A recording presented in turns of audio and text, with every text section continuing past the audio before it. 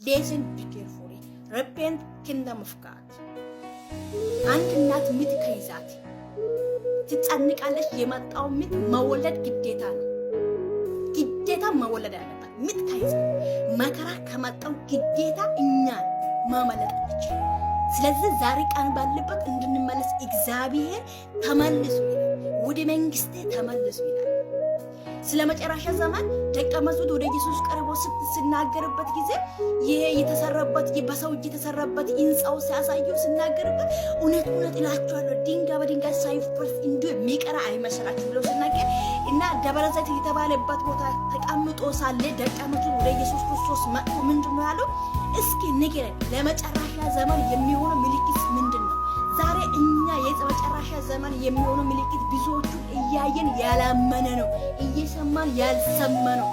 እኛ እንድንመለስ እግዚአብሔር ይፈልጋል። በጌታ በኢየሱስ ቃል ወተት ተባኘው አብሮ እናነባለን። እንደዚህ ይላል ከ3 ጀምሮ ነው ማነባው። ደብረ ዘይት በሚባል ተራራ ላይ ተቀምጦ ሳለ ደቀ መዛሙርቱም ለብቻውን ወደ እርሱ ቀርቦ እስቲ ንገረን የምትለውና ሁሉ መቼ ይሆናል? የሚመጣው የዓለም መጨረሻ ምልክትስ ምንድነው? ኢየሱስ የመለሰው መልስ አሉት። ኢየሱስም መልሶ እንዲህ አላቸው፣ ማንንም እንዳያስታቸው ተጠንቀቁ። ብዙዎችና እኔ ክርስቶስ ነኝ በማለት በስሜ ይመጣሉ፣ ብዙዎቹም ያስታሉ። ስለ ጦርነት የሚያስፈራራ ወሬ ትሰማላችሁ። እነዚህ ነገሮች ግዴታ መፈጸም አለባቸው። ሆኖ መጨረሻ ገና ስለሆነ በዚህ እንዳትደነገጡ ተጠንቀቁ። ሕዝብ በሕዝብ ላይ መንግስትን በመንግስት ላይ ይነሳሉ። በተባለው ሰፈርና ራብና የመሬት መንቀጥቀጥ ይሆናል። ይህ ሁሉ ግን የሚጢ መጀመሪያ ነው ላይ ይህ ሁሉ የሚጢ መጀመሪያ ነው ላይ መከራ መጀመሪያ ነው። የችግር መጀመሪያ አለመታዘዝ የሚመጣው መጀመሪያ ነው ብሎ ይናገራል። ቁጥር 9 እንደዚህ ይላል፣ በዚህ ጊዜ ለመከራ አሳልፎ ይሰጧቸዋል፣ ይገድሏቸዋል። በስሜ ምክንያት በሕዝቤ ሁሉ ዘንድ የተጠላችሁ ትሆናላችሁ። እርስ በራሱ አሳልፎ ይሰጣሉ እና ብዙዎቹን ሐሰተኛ ነቢያት እነሳሉ፣ ብዙዎቹም ያስታሉ።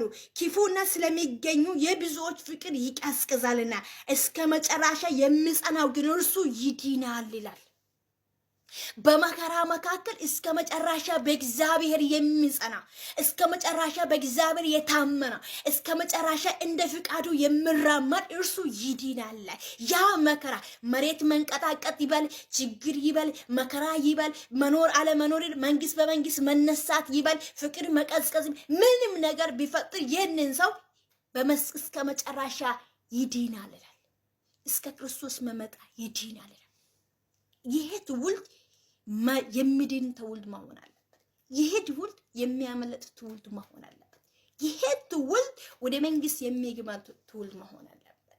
ስለዚህ ራሳችንን በእግዚአብሔር ሰውተን ራሳችን በእግዚአብሔር አወርደን humble yourself to God ራሳችን አወርደን obey to God እግዚአብሔርን እየለመነን በፊቱ ወድቀን መዳን የምናገኘው በዛን ነው። መከራ እኮ እንዳለብን ይነግረናል። ችግር እኮ እንዳለብን ይነግራል። መከራ አለን፣ ችግርም አለን። ይሄ ሁሉ የምናልፉበት በእርሱ በመታመን ነው።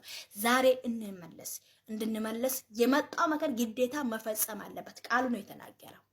ጌታ ይባርካችሁ። ፓርት 3 ይጀምራል።